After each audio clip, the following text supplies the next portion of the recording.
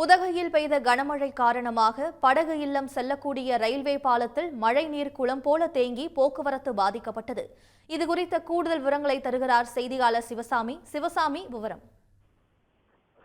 நீலகிரி மாவட்டத்தில் இன்றைய தினம் மிக கனமழை பெய்யும் என வானிலை ஆய்வு மையம் எச்சரிக்கை விடுத்திருந்தது. ஆனால் இன்று காலை முதலே மழையின் தாக்கம் என்பது சற்று குறைந்திருந்த நிலையில் மதியம் சுமார் 1 மணி நேரத்திற்கு மேலாக மழை என்பது கொட்டி தீர்த்தது.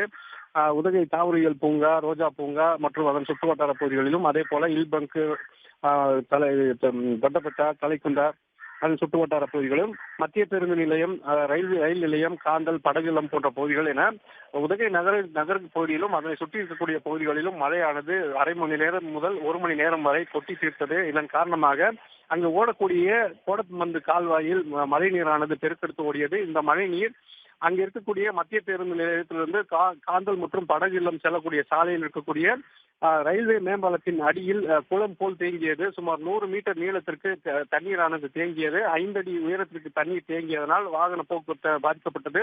அந்த படகு இல்லம் மற்றும் காந்தல் செல்லக்கூடிய வாகனங்கள் அனைத்தும் மாற்றுப்பாதையில் திருப்பிவிடப்பட்ட நிலையில் அந்த மழை நீரில் சென்ற அரசு பேருந்துகள் மற்றும் லாரிகள் தத்தளித்து சென்றன.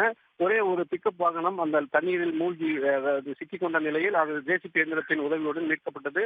ஒவ்வொரு மழை காலத்திலும் இது போன்ற மழை பெய்யும் போது இது போன்ற அந்த இடத்தில் தண்ணீரானது தேங்கி போக்குவரத்து பாதிக்கப்படுவது வழக்கம். அதே போலதான் இன்றைய தினமும் அந்த மழை நீரானது தேங்கி போக்குவரத்து பாதிக்கப்பட்டிருக்கிறது. தற்போது மழை நீரை வடித்து அந்த சாலையில் போக்குவரத்து சீரமைக்கும் பணிகளானது நடைபெற்று வருகிறது.